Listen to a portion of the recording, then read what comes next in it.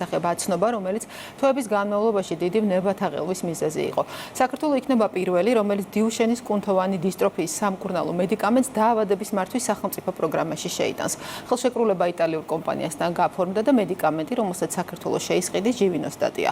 როგორც არიმართება მედიკამენტის შემოტანის პროცესი და კიდევ რა მოლაპარაკებები მიმდინარეობს სხვადასხვა მწარმოებელთან, ამ თემაზე არის ჩვენი სტუმარი დღეს ჯანდაცვის მინისტრი მიხეილ სარჯოლაძე. ის პირდაპირ ეთერში ჩაგვერთვება. მოგესალმებით ბატონო მიხეილ, ძალიან დიდი მადლობა ჩართვისათვის. დღეს რამდენჯერმე მოგიწიათ ამ გადაწყვეტილებაზე საუბარი, მაგრამ კიდევ ერთხელ რომ განმარტოთ ჩვენი მაყურებლისთვის, ეს იყო მედიკამენტი, როგორც ვიცით, რომელსაც ჯერ კიდევ მოლაპარაკების პროცესში და მოლაპარაკების პროცესის დაწყებისა შედარებით პერსპექტიულად უყურებდით, როგორც არიმართა ეს პროცესი ამ ხნის განმავლობაში და რაც მთავარია, საქართველოში ამ დაავადების მქონე რამდენი პაციენტია, ვინც შეესაბამება ამ მედიკამენტით მკურნალობის პროცესში ჩართვას.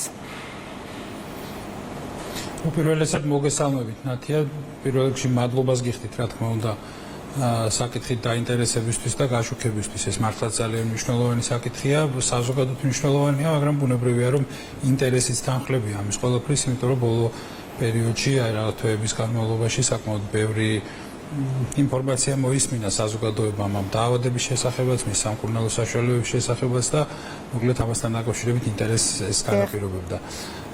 ვიდრე საკითხზე მოგახსენებდეთ, მე მინდა უბრალოდ რა კი წინა თქვენი სტუმარი იყო საგარეო საქმეთა მინისტრი ქალბატონი მაკა ბოჭორიშვილი, მე მინდა აი აქ შესაძლებლობით ვისარგებლო და საგარეო საქმეთა სამინისტროს პირადად მას, მის მოადგილეს ბატონ გიორგი ზურაბაშვილს, ელჩს საქართველოში, იტალიის ელჩს და იტალიის სამთავრობო სტრუქტურებს, რომელთანაც აი თანამშრომლობითაც საკმაოდ ბევრი სასიკეთო ძვრა, ასე ვთქვათ, იქნა განპირობებული აი ამ თანამშრომლობის შედეგად. ეს ძალიან მნიშვნელოვანი დახმარება იყო, მხარდაჭერა იყო და მინდა მადლობა გადაუხადო როგორც ჩვენ საგარეო საქმეთა სამინისტროს, ისე მათ კოლეგებს იტალიიდან. ეს მართლაც ძალიან მნიშვნელოვანი მხარდაჭერა იყო. და თავიდანვე უნდა ვთქვა, რომ ეს მუშაობას თვითონ იტალიურ კომპანიასთან წარიმართა ესეთ ფართო ჩართულობით. მართალია მოლაპარაკებას უშუალოდ სამინისტრო ახორციელებდა და სამინისტრო წარმართავდა ამ კომპანიასთან, მაგრამ ბუნებრივია, რომ ყველა რაღაცნაირად ვემზადებოდით, ყველა ბუნებრივია ვიყავით ჩართული ამ პროცესში და ეს ბუნებრივია განაპირობებდა კიდეც წარმატებულად დასრულებისთვის კარგ წინაპირობებს ქმნიდა. თქვენ ახსენეთ, რომ ეს არის მედიკამენტი, რომელიც ერთ-ერთი ყველაზე მეტად მნიშვნელოვანი იმედისმომცემი მედიკამენტია დღეს ამის თაობაზე. არაერთი რამე ითქვა და ეს მართლაც ასეა და მე მინდა გავიხსენო ის მომენტი, როდესაც ჯერ კიდევ არც იყო, ასე ვთქვათ, ამასთან დაკავშირებით ფართო დისკუსიები და ფართო საზოგადოებრივი მსჯელობა საკითხის ირგვლივ დაწყებული. დასაწყისშივე აღინიშნა, რომ ყველაზე იმედისმომცემად და პერსპექტიულად აღიქმებოდა სწორედ ერთ-ერთი ეს წამალი, სწორედ ეს ჯივინოსტატი და ვფიქრობ, რომ ჩვენი მოლოდინი სავსებით მართებული აღმოჩნდა. აქ უნდა აღინიშნოს, რომ მიუხედავად ასეთი განწყობისა, რომელიც იმ თავითვე არსებობდა, ბუნებრივია, რომ ჩვენ გვევალებოდა ყოფილიყავით ზედმიწევნით ფრთხილები, ზედმიწევნით დაფიქრებული და რაც შეიძლება გონივრული ყოფილიყო გადაწყვეტილებები ამ საკითხების ირგვლივ. საბედნიეროდ თქვენ გახსოვთ, რომ პრემიერ-მინისტრთან ერთად ბოლოს გაიმართა შეხვედრა მშობლებისა და პრემიერ-მინისტრის მიერ მიღებული იქნა გადაწყვეტილება სწორედ ერთ-ერთ ამ მედიკამენტთან დაკავშირებით, მოლაპარაკების დაწყებასთან დაკავშირებით და საბედნიეროდ ეს წარმატებით დასრულდა სწორედ დღეს, როდესაც ხელი მოეწერა ხელშეკრულებას.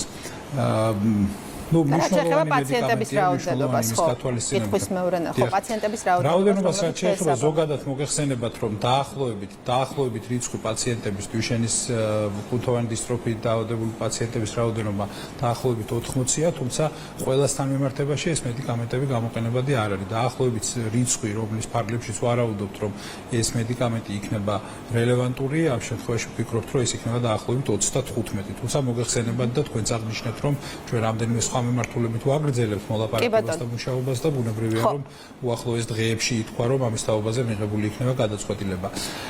კეთილი, ამაზეც ამას დაჭირდება, რა თქმა უნდა, ხელშეკრულება დადებულია, ამ ხელშეკრულების მიხედვით ახლა უნდა ჩვენ დავიწყოთ მუშაობა უკვე იმპლემენტაციის პროცესში. აი, სწორედ ეს მინდოდა მეკითხა ბატონ მიხეილ, ხო, იმისის დასაწყისში, როდესაც გადაწყდა, რომ სახელმწიფო შეიძენდა სამკურნალო მედიკამენტებს, მაშინ იყო ვადა, რომ 2 თვის ვადაში მოხერხდებოდა მისი შემოტანა. ეხლა რომ აგვიხსნათ კიდევ რამდენი კვირაა საჭირო, რატომ არის ეს ეს პერიოდი საჭირო სამკურნალო პროცესში ამ მედიკამენტის ჩასაშვებად? დიახ.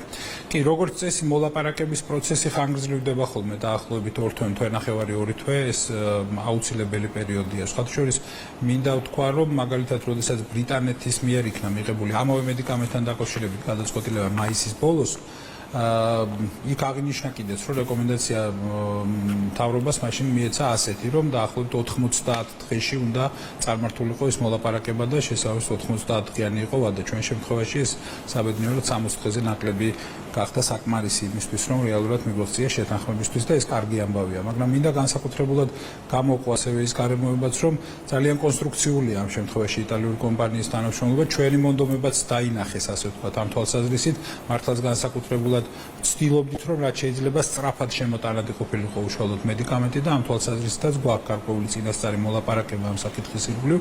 სავარაუდოდ უკვე სექტემბრის დასაწყისში რეალურად მზად ვიქნებით, რომ პროცედურები იქნეს დაწყებული. ასეთი გეგმა გვაქვს ჩვენ, ასე ვთქვათ, ოპტიმისტური გათვლებით სექტემბრის დასაწყისიდანვე ეს მოხერხდება, თუმცა სექტემბრის იქით ეს არ გადავა ის პერიოდი, რომელიც იქნება აუცილებელი მოსამზადებელად. მოსამზადებელი სამუშაოები საკმაოდ დიდი მოცულობის არის. ეს გულისხმობს, რა თქმა უნდა, პაციენტების ინდივიდუალურ გამოკვლევიდან დაწყებული, დამთავრებული, რა თქმა უნდა, ექიმების ტრენინგებს. ამასთან დაკავშირებითაც შეთანხმებული ვართ კომპანიასთან, რომ ამ კუთხით ამ ტრენინგებისთვის და მომზადებისთვის რა კლინიკური ბაზის ექიმების რა საჭირო თქვა გამოკვლევებია საჭირო ყველაფერი ამისთვის, უნებრივია რომ გვექნება თანამშრომლობა და ეს გაგრძელდება. ეს ძალიან მნიშვნელოვანი, აუცილებლად დიდი სიფრთხილეა საჭირო ამ მიმართულებითაც. იქ არის მაგალითად გარკვეული მაჩვენებლები, კლინიკური მაჩვენებლები, რომელსაც უნდა აკმაყოფილებდეს პაციენტი იმავდროულად, რაც პოტენციური შეიძლება გვერდითი მოვლენები იყოს იმის მართვისთვის მონაცემები, რომელსაც აუცილებლად პერმანენტულად უნდა ვაკვირდებოდეთ და ასე შემდეგ. ყველა ეს საკითხი ბუნებრივია მოითხოვს სკრუპულოზურ მუშაობას, სკრუპულოზურ დამუშავებას და საბედნიეროდ დღეს უკვე ამ ფაზაში ვართ, როდესაც უკვე უშუალოდ ამ საკითხებზე მუშაობა იწყება. ეს არის რა თქმა უნდა მოსალოცი ამბავი და ეს არის ის ამბავი, რომელიც რეალურად ძალიან ზრდის ამ დაავადებასთან ბრძოლის რეალურ შესაძლებლობას საქართველოსთვის. ეს სასიხარულო ამბავია. კიდევ ვიმეორებ, რომ ამით ბუნებრივია არ ვასრულებთ ამ საკითხზე მუშაობას, ჩვენ ვაგრძელებთ მუშაობას. სხვადასხვა მედიკამენტებია. სხვათა შორის უნდა აღინიშნოს, რომ დიუშენთან დაკავშირებით ბოლო წლებში ძალიან დიდი სიახლეებით იყო, ესე ვთქვათ, დატვირთული ეს პერიოდი.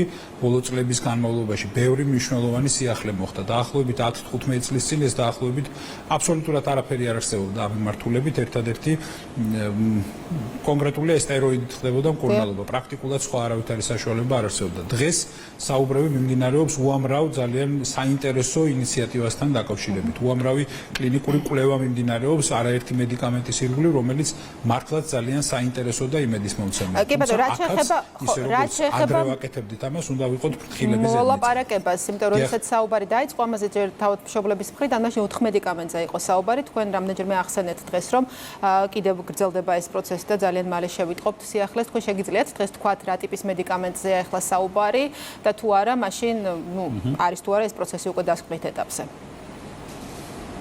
მე სამწუხაროდ არ მაქვს შესაძლებლობა ცალკეული დეტალების შესახებ ვისაუბრო გახსნილად დღესდღეობით, მაგრამ ძალიან დიდი იმედი მაქვს, რომ ძალიან სწრაფად შევძლებ უკვე ამაზე უფრო მეტი ინფორმაციის მოწოდებას თქვენთვისაც, საზოგადოებისთვისაც. თუმცა დარჩება, რა თქმა უნდა, გარკვეული დეტალები, რომელთან დაკავშირებითაც ამის შემდეგაც ვერ შევძლებ საუბარს, მაგრამ არჩევანს ძალიან სწრაფად გავაკეთებთ და ეს მიღებული გადაწყვეტილების შესახებ სწრაფადვე შეგატყობინებთ. უბრალოდ ეს გარკვეულ მიზეზთა გამო ამის გაკეთება არ არის. რაც შეეხება 4 მედიკამენტთან დაკავშირებით, ჩამონათვალი მედიკამენტების გაცილებით ვრცელი შეიძლება იყოს, რომელიც კვლევების რეჟიმშია, ასე ვთქვათ, რომელთან დაკავშირებითაც ჯერ არ არსებობს ჩამოყალიბებული პოზიცია. სხვათა შორის აქვე უნდა ვთქვა, რომ დღეს აღვნიშნე და კიდევ ერთხელ უნდა გავიმეორო, რომ საქართველო ერთ-ერთი პირველი ქვეყანა იქნება მსოფლიოს მასშტაბით, რომელიც იღებს ამ გადაწყვეტილებას ჯივინოსტატის იმპლემენტაციის შესახებ. ამას ბევრი სახელმწიფო ვერ აკეთებს. ხა ამას რამდენიმე თვის წინ საფრანგეთმა საერთოდ უარი თქვა ამ მედიკამენტის მიღებაზე. სულ რამდენიმე დღის წინ მაგალითად გამოაქვეყნა გადაწყვეტილება დანიის სახელმწიფომ და იქ რეკომენდაცია იყო ასეთი, რომ კონკრეტულად ისინიც აი სიფრთხილის მოტივებიდან გამომდინარე მათ უარი თქვეს ამ მედიკამენტის პროგრამაში დანერგვაზე. ეს გასაგები მოვლენა. ბუნებრივია, რომ ანალოგიურად ფრთხილია დამოკიდებულება სხვა მედიკამენტებთან მიმართებაშიც, თუმცა იქ ვითარება თვისობრივად განსხვავებულია. მაგალითად, სხვა მედიკამენტებიდან არაერთია ისეთი, რომელიც ძალიან ადრეულ საწყის ეტაპზეა, ასე ვთქვათ, კვლევებისა და ბუნებრივია ასეთ შემთხვევაში გარისკვა შეიძლება გაუმართლებელი იყოს. ბევრი ფაქტორია ხდენს გავლენას. ანუ გამოდის, რომ სიფრთხილის დამატებითი ზომებია გასათვალისწინებელი, მაშინ, როდესაც ამ ტიპის მედიკამენტი არა მხოლოდ შემოდის ქვეყანაში, არამედ ის ერთვება სახელმწიფო პროგრამაში, ხომ? აი ამ რისკებისთვის სახელმწიფო სისტემა, ჯანდაცვის სისტემა დღეს არის სრულად მზად? რასაკვირველია, რომ ჩვენ ვფიქრობთ, რომ მათ შორის წარმოებელ კომპანიასთან შემდგომი თანამშრომლობა, რომელიც კრიტიკულად მნიშვნელოვანია. დღეს ამის თაობაზეც აღვნიშნეთ. თანამშრომლობა აი მშობელთა ორგანიზაციასთან, დაინტერესებულ პირებთან, კლინიკურ სექტორთან, მათი გაძლიერება, მათი შესაძლებლობების განვითარება არის უაღრესად დიდი მნიშვნელობის. თუმცა საქართველოში ნამდვილად არიან დღეს ნევროლოგები, პედიატრები ისეთი მაღალი კვალიფიკაციის, რომელსაც შეიძლება ვთქვათ, რომ თავისუფლად შეგვიძლია ვენდოთ დაავადების მართვის ხარისხთან დაკავშირებულ საკითხებზე. აქედან გამომდინარე, ამ თვალსაზრისით შემიძლია სრული პასუხისმგებლობით ვთქვათ, რომ დღეს მზადყოფნის დონე რაც გვაქვს და როგორი მზადყოფნაც იარსებებს, ვთქვათ, სექტემბრისთვის ვფიქრობ, რომ აბსოლუტურად დამაკმაყოფილებელი იქნება. სხვათა შორის ეს არ არის უმნიშვნელო თვითონ წარმოებელი ორგანიზაციისთვისაც, წარმოებლისთვის, მათთვისაც ბუნებრივია არ იქნება სასარგებლო, რომ აქ რაღაცა სწორად ვერ იმართოს და ასეთი პრობლემები გაჩნდეს, ეს მათ ინტერესში არ შედის. ამიტომ ისინიც დაინტერესებულები არიან, რომ პროცესი წარმატებულად წარიმართოს და ეს ერთგვარად თუნდაც აი თანამშრომლობის დღევანდელი ხელშეკრულების გაფორმება, ეს არ არის უბრალოდ რაღაცა პროდუქტის შეძენა, რომელსაც მოიხმარს სახელმწიფო, ისინიც მთელი მსოფლიოს მასშტაბით ცდილობენ ამ წამლის რეალიზებას და ბუნებრივია, რომ წარმატებული გამოცდილების ქონა მათთვისაც განსაკუთრებულად ღირებული და მნიშვნელოვანია. ამიტომ ბუნებრივია ეს ერთგვარად ნიშნავს იმას, რომ ქართული ჯანდაცვის სისტემის მზადყოფნის შეფასების საფუძველზე ეს ერთგვარი აღიარებაც არის, რომ რეალურად სისტემა საამისოდ მომზადებულია და მას აქვს უნარი, შესწევს უნარი, რომ გაუმკლავდეს ამ ტიპის გამოწვევებს. ძალიან დიდი მადლობა გადაცემაში მონაწილეობისათვის. მიხეილ სარჯველაძე, ჯანდაცვის მინისტრი, გახდა დღის ქრონიკის სტუმარი. ჩვენი გადაცემა ამით დასრულებულია. მე ჩემს კოლეგებთან